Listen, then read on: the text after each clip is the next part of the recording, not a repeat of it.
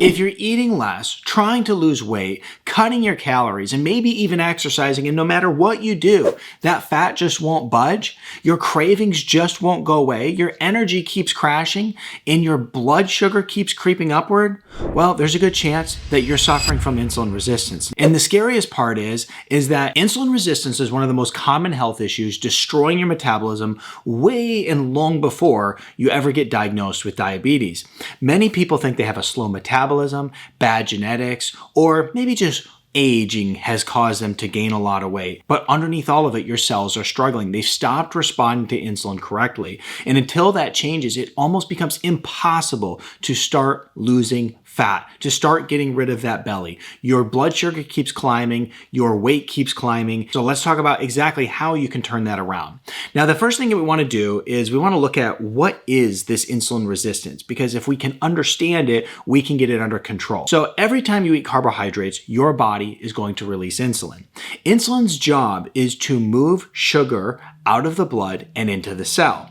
But when insulin is elevated for long periods of time due to things like constant snacking, eating sugar, processed foods, excess body fat, poor sleep, and stress. There's a lot of factors involved, I know, but I'm going to teach you how to get them all under control. When insulin is elevated for this long period of time, your cells start to ignore the signal. And this means that the pancreas actually pumps out more insulin.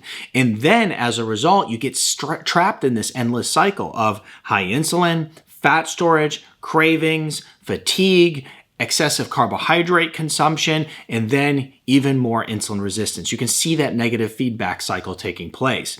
And this is why many people will gain weight and struggle to lose it. And this is also why if you were to get a blood test and test your insulin, you'll see a high insulin score show up long before ever seeing a diagnosis of prediabetes or type 2 diabetes. So just as a hint, when you get your blood test next time, make sure that you're testing your insulin score, because it is the early indicator that there's a problem with insulin resistance and blood sugar control, which will block fat loss. Because remember, when insulin's high, fat loss is blocked.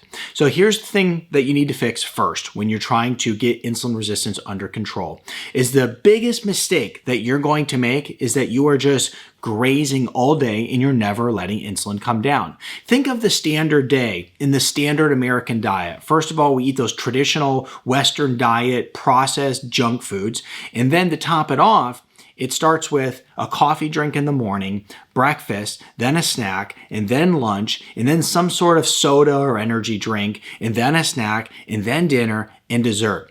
And essentially what happens is when you're doing this, your insulin is going to stay high all day. You're constantly just priming that insulin pump, raising it all day. And when your insulin is high, you can't lose fat. Your body can't tap into fat for energy. So the first major step that we need to take in order to reverse insulin resistance is we need to stop grazing all day. Create meal spacing. Basically, what you want to do is, first of all, start with intermittent fasting. When you intermittent fast, let's say you skip breakfast, eat lunch, and then don't snack again until dinner, and then eat dinner and be done. Go back into that cycle of intermittent fasting. Same thing, lunch and dinner, 2 meals a day. That's it. No snacking in between. And then as a result of that, you're going to see insulin fall in a big way. Now your body can actually get the blood sugar under control, tap into burning fat for energy. Now, using intermittent fasting strategically is very important.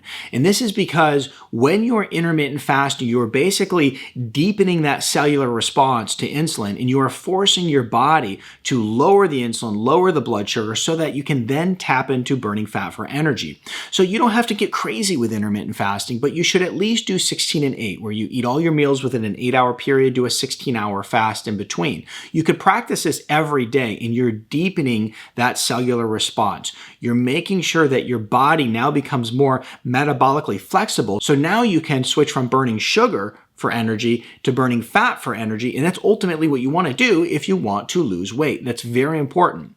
Now, you have to also make sure that you're removing the biggest insulin spikers. Don't mess this up. This is going to be an important factor.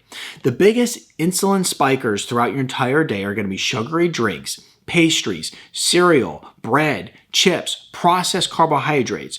If you are eating these foods, you are essentially pouring a gasoline on the fire, okay? You're trying to lose weight, you're trying to reverse insulin resistance, and as a result, you want to make sure that your diet is under control. The fastest way to improve insulin sensitivity is build your meals around protein, high amounts of fats, vegetables, and fruits. Sometimes we get a little confused with our diet. Sometimes we overcomplicate things with our diet. It's real simple. Think meats, vegetables, and good quality fruits, specifically sticking to berries because they are micronutrient dense and also have a very low glycemic load.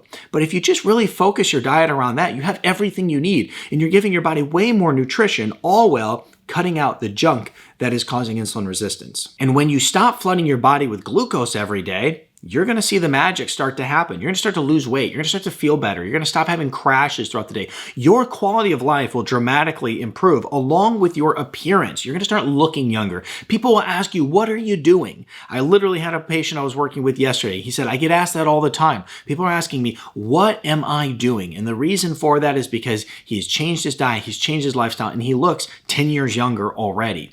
Now, the other big factor, then this is one that many people sleep on, and it is highly, highly underrated, okay? Build muscle. This is really important. Your muscles are one of the largest glucose disposing organs in your body, meaning that the more muscle you have, the more glucose your body will burn. The more metabolically active your body will be. In fact, anybody who has insulin resistance, I always tell them, start building muscle. If you build muscle, your body now is going to use that glucose much more efficiently and actually just utilize those muscles to mop up that sugar right out of the bloodstream. So start strength training. Start focusing on building muscle. Follow that high protein diet in order to actually build more muscles. Walking is great. Cardio is great, but resistance training is really going to be a key factor in improving your insulin sensitivity. Now, we also can do something like walking after meals. I talk about this all the time because it's such a low-hanging fruit to reversing insulin resistance. It sounds too simple, but the results are amazing. One of the best and most powerful blood sugar hacks is to go walking directly after your meal. Studies show that it'll actually decrease post-meal glucose spikes by as much as 50%. So go for a 30-minute fast-paced walk after your meal. And if you can't do 30 minutes, do minimum of at least 10, because the muscle contractions in your legs, a lot of muscles there, they're going to immediately start pulling glucose from your blood. And as a result of this, it's going to blunt that insulin spike, that blood sugar spike. And if you do this consistently, you're really going to see some magic happen. Okay, now from there, what we want to do is we want to focus on fixing your stress and your quality of sleep. Okay, this is important. I talk about it all the time, how, when I started measuring my sleep, one of the first things I found out is that though I was in bed for 8 hours, I was only sleeping deeply for a very few short hours. Okay, and as a result of that, I felt like garbage. I had more cravings. I wanted to consume more calories throughout the day. My blood sugar was all over the place. And so I had to improve my quality of sleep. And that is something that I focused on, and it in turn helped with my blood sugar levels and all of the other things I just mentioned. Now, here's something that also is very important. If you get poor quality sleep and you have high amounts of stress in your body, this is actually going to worsen insulin sensitivity. Chronic cortisol from stress is going to push your blood sugar higher. When you are sleeping only 5 hours a night, when you're wired all day and you're drinking a ton of caffeine just to kind of kick your energy system so that you can keep going, and you're exhausted all the time and you're stressed out of your mind, your metabolism is just going to fight an uphill battle. And insulin resistance is not going to become just a food issue. It's going to become a chronic nervous system issue, a chronically high cortisol issue, a chronic inflammation issue, okay? Remember, insulin resistance isn't just about the foods that you're eating. It's not just about your blood sugar. It's also about how your nervous system, your immune system, and your inflammatory control is in your body. So if we get proper sleep so our body can recover and we focus on managing our stress, this is a great way to help fight insulin resistance. Now, the other thing that we can do here, which is very, very important, it's highly underrated in the world we live in today, where people want these quick fixes and all these medications to help us get our blood sugar under control, and the GLP-1s to help us get that quick weight loss over the next 30 to 60 days. One of the things that you can utilize is natural supplementation. I talk about it all the time. And some people tell me, Dr. Nick, I don't know why you're pushing supplements when you could just give lifestyle advice. Because I live in the world of reality. I see people clinically every day. I understand that people want the lifestyle piece, but I also understand people need something more. If you want to get insulin resistance under control, you need something more. All of the lifestyle hacks that I just taught you in this video, you should implement. But then, if you want to take it to the next step and the next level, and of course accomplish it naturally, here's what you want to do. You want to use berberine. I specifically use something called berberine ER. This berberine is 5 times more bioavailable than standard berberine. You just take 1 capsule 15 to 30 minutes before each meal, and it helps lessen your appetite so you don't overeat. It helps lower your blood sugar. It helps activate the AMPK pathway, which is the metabolic master switch in the body. It helps you burn fat off your body. It helps lower your cholesterol. It helps with lowering fatty liver. It helps lower your insulin levels. This berberine works fantastically and is one of those things that I use every single day in my clinic because it is that useful of a tool for not only weight management, but also for getting your blood sugar under control. I'll put a link in the description to this berberine ER so that you can also get access. It comes directly from my clinic, so the quality is good, the science is behind it, and we know it works because we use it every single day in clinical care. So in order to get rid of insulin resistance, once and for all, we stack natural lifestyle on top of scientific-based supplementation, and it works every time. I'm Dr. Nick Zyrowski, and if you want to learn more about this topic, watch this video next.